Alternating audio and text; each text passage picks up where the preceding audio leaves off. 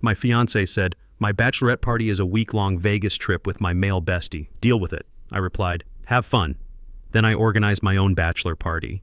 The trip was canceled when her bestie saw who I invited. I'm 34, been with Sophia for 5 years, and we just bought our first house together 6 months ago. We've got $52K in joint savings. I'm maxing out my 401K as a senior project manager at a mid-sized tech firm, and I was seriously considering proposing this Christmas. The ring was already picked out, a 8K solitaire hidden in my home office behind tax documents she'd never touch. Life felt solid, predictable, like we'd finally figured out how to be adults together. Then Sophia dropped a bomb that made me question everything I thought I knew about us. We were sitting in our kitchen going over weekend plans. She'd just gotten back from lunch with her college girlfriends, looking excited about something. I was reviewing our mortgage payment schedule. Fascinating stuff, but someone has to stay on top of these things when you're building equity together. Our $420K house wasn't going to pay for itself. "So I've decided on Vegas for my bachelorette party," she said, scrolling through her phone. "Going to be epic." I looked up from the papers. "Bachelorette party? I haven't even proposed yet." She laughed. "Hypothetical bachelorette party then. Girls got to dream, right?" "Fair enough. Sounds fun. Who's going?" "Just me and Colton." I set down my pen. "Colton? Just you two?" Her smile faded slightly.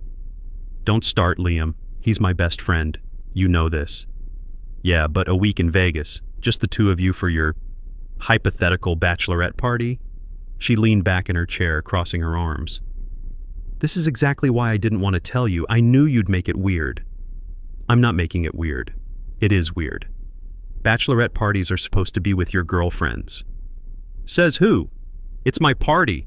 I can celebrate however I want. Colton and I have been talking about this trip forever." "Talking about it forever? This is the first I'm hearing about it." "Because I knew you'd react like this." Her voice was getting defensive.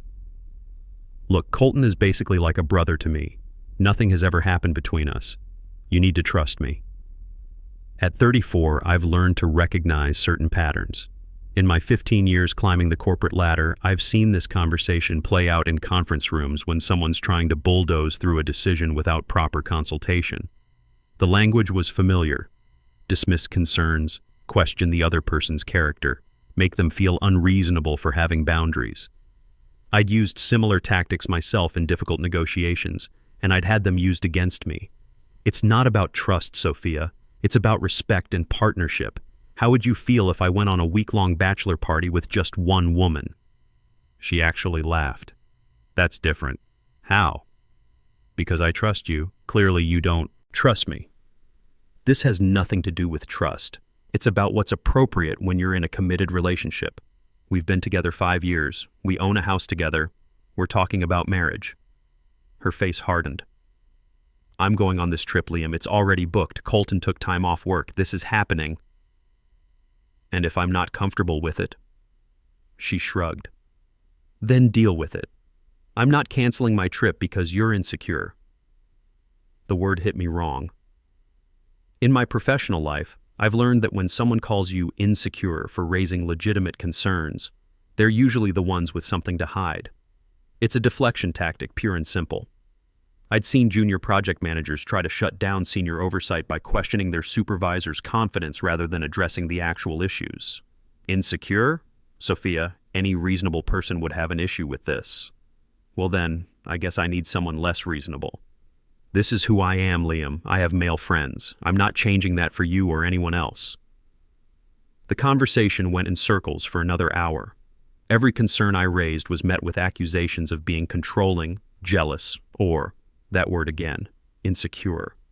By the end, she was basically telling me to accept it or leave. The dismissal felt familiar from failed projects where stakeholders refused to acknowledge legitimate risk factors. "Fine," I finally said. "Have fun on your trip." She smiled, thinking she'd won. "See? Was that so hard?" I smiled back. "Not at all." That night, lying in the bed we'd picked out together for our new house, I wasn't thinking about whether to break up with her. That decision was already crystallizing in my mind. But something about her smugness, her complete dismissal of my feelings after 5 years together, made me want to do something more strategic. At my age, with my experience managing complex projects and difficult stakeholders, I've learned the value of testing people's logic before making major life decisions. If someone's going to show their true colors, better to see them clearly before you're legally tied together. In business, we call it risk assessment. In relationships, it's called due diligence. The next morning, I made some calls. First, I checked in with my financial advisor about the implications of separating joint assets after 5 years. The conversation was sobering. Untangling finances after this long would involve lawyers, credit impacts, and significant costs. The ring money I'd saved was suddenly looking like attorney fees. Then I called Colton. "Hey Colton," I said when he picked up. "It's Liam." "Oh, hey man, what's up?" "Heard about the Vegas trip. Sounds fun." "Yeah, should be a good time. Sophia said you were cool with it." "Totally cool. In fact, I'm planning my own bachelor party for the same week." "Oh, cool. Where are you guys going?" "Still figuring it out." "Hey, quick question. Is Brielle still single?" Silence. Then, "Brielle? My ex." "Brielle? Yeah, I haven't seen her in forever. Thought I might invite her to my party, since we're all just friends and stuff. You wouldn't have a problem with that, right?" "Liam, that's different." "How so?" "You know why. Brielle and I have history. So do you and Sophia, all those late-night study sessions in college, that spring break trip to Miami you guys took. Nothing happened on that trip. I'm not saying it did, just like nothing's going to happen with me and Brielle. We're all adults here, right? We're talking about the same principles Sophia outlined: platonic friendships, trust, not letting insecurity dictate our social lives." Colton was quiet for a long moment. "Does Sophia know you're inviting Brielle?" "Not yet. Wanted to run it by you first. Friend to friend." "I don't think that's a good idea, man." "Why not? If you trust Sophia and Sophia trusts me, then what's the issue? According to the logic we established, I'm being insecure if I have concerns about your trip, so surely you're being insecure if you have concerns about mine." More silence. Then, "I've got to go. Talk later." He hung up. I smiled and made my next call. Brielle was surprisingly cool about the whole thing. When I explained the situation, she laughed for a solid minute. "Wait, she's doing a week-long bachelorette party with just Colton? In Vegas?" "Yep." "And she doesn't see why that's weird?" "Nope. Apparently, I'm just being insecure and controlling."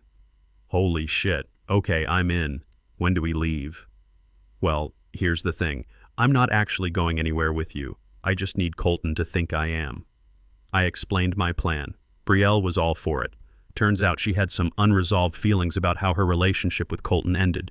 He'd been texting Sophia behind her back for months before they broke up, asking for advice about their relationship problems. The irony wasn't lost on either of us. He'd been emotionally leaning on my girlfriend while his own relationship crumbled.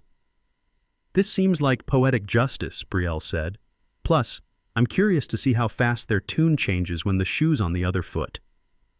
Over the next few days, I put my plan into motion with the same methodical approach I used for project rollouts at work. Phase 1. Establish the framework. I created a group chat for my bachelor party and added a bunch of my friends, plus Brielle. Then I started dropping details. "All right, guys, bachelor party is officially same week as Sophia's. Thinking cabin by the lake." "Bro, that sounds sick. I haven't been to the lake in forever." "This is going to be so fun. Brielle, you're the best for agreeing to be our designated driver."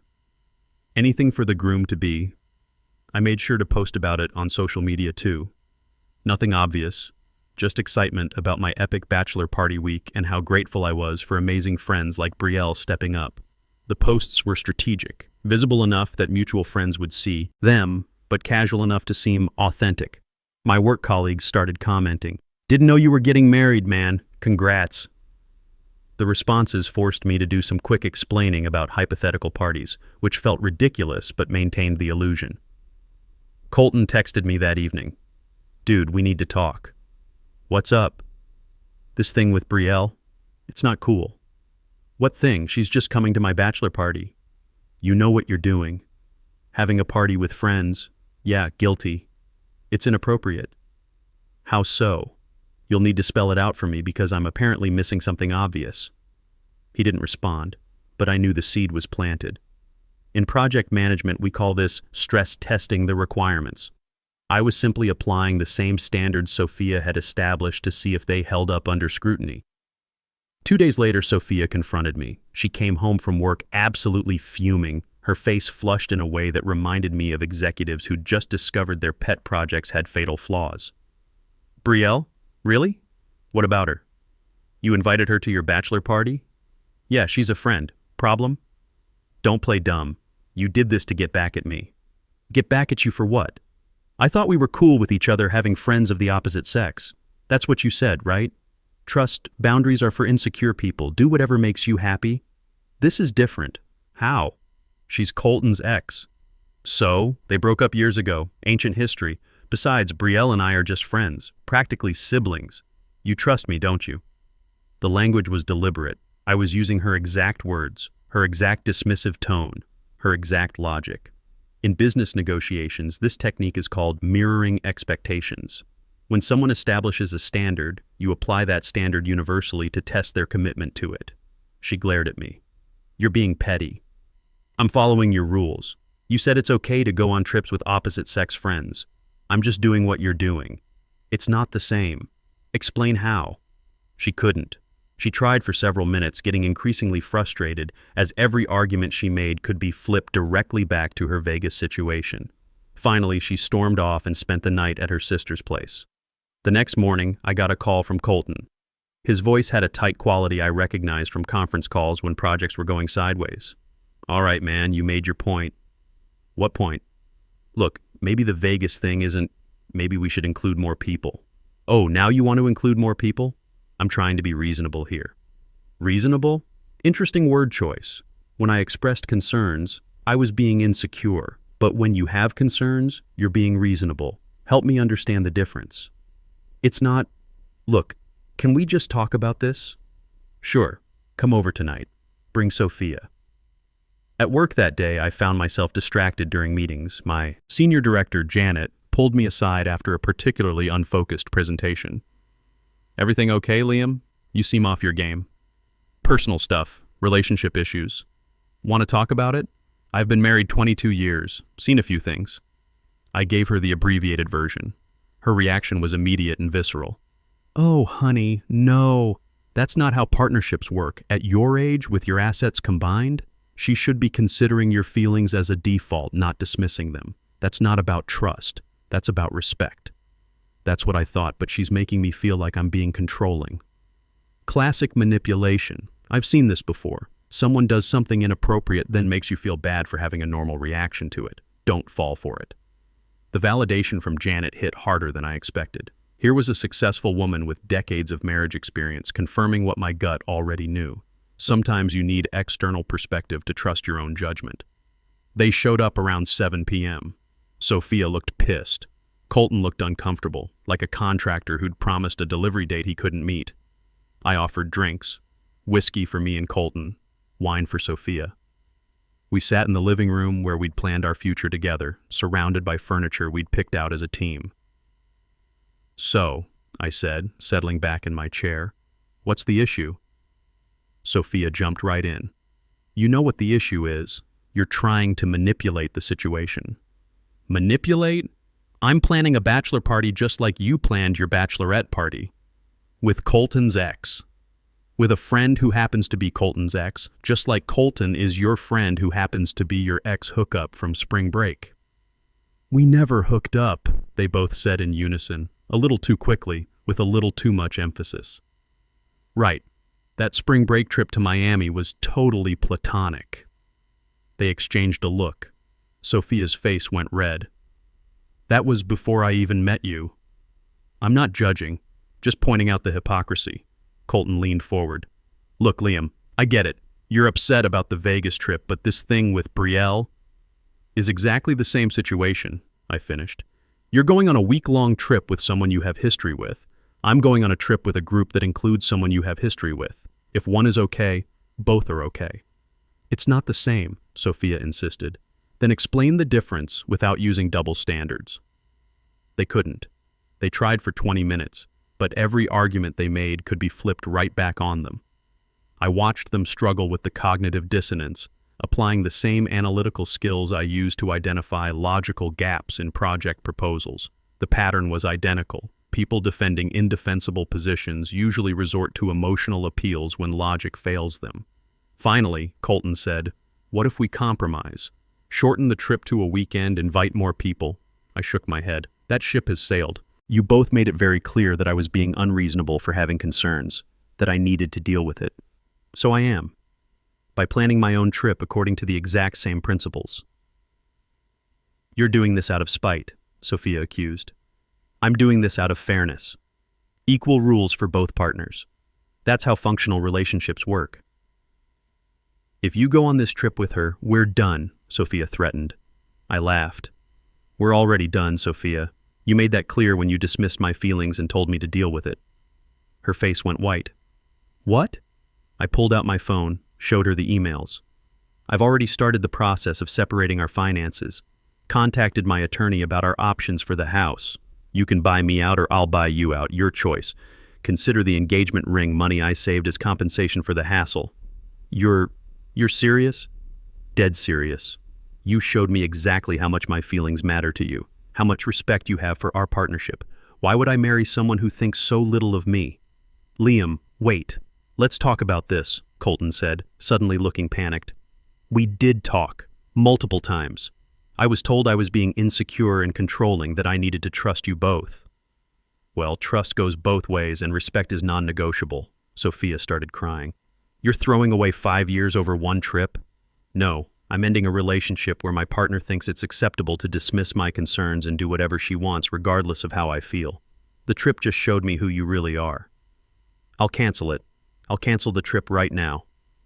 After all this, only because you're facing consequences, not because you understand why it was inappropriate in the first place." She had no answer to that. It's been 4 months since I ended things with Sophia. The house situation took 6 weeks to resolve. Turns out separating assets after 5 years involves more paperwork than I anticipated. Credit checks, equity assessments, refinancing applications. My attorney bills hit $3,200, but I kept the house and bought her out. The mortgage payments are higher now, but my salary can handle it, especially with the promotion I received last month. Apparently, the confidence I gained from standing up for myself translated well in performance reviews. The fallout was intense initially. Sophia tried everything. First came the anger phase, blowing up my phone, showing up at my office building, telling everyone I was a controlling asshole who ruined her life over jealousy. My colleagues were supportive, especially after Janet spread the real story through the management team. "Guy dodged a bullet," I heard from the break room. "Imagine if he'd married her first." When the anger didn't work, Sophia switched to bargaining. She'd cancel all future trips with Colton, go to couples therapy, whatever I wanted. But here's the thing. It was never really about the trip. It was about respect, about having a partner who considers your feelings when making decisions, who doesn't dismiss your concerns as insecurity, who doesn't use manipulation tactics like, "if you trusted me," to get their way. My parents took longer to understand. "All couples have disagreements," my mother kept saying. But when I explained the full situation, really broke down how Sophia had acted, the dismissal, the gaslighting, the immediate relationship with Colton afterward, even she admitted I'd made the right call. The interesting part? Colton and Sophia are together now.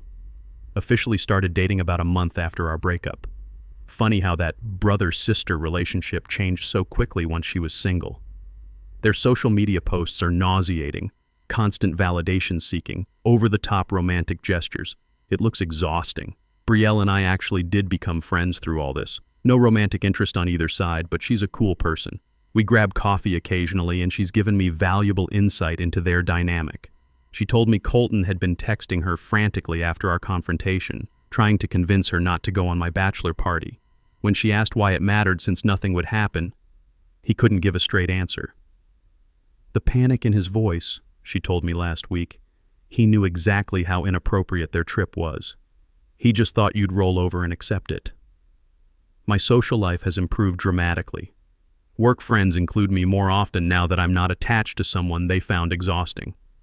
My buddy James from accounting put it bluntly, "Dude, we all thought she was kind of selfish, but you seemed happy." Turns out multiple people had noticed red flags I'd been blind to. I'm dating again, Nothing serious yet, but I'm in no rush. The experience taught me valuable lessons about red flags, boundaries, and self-respect.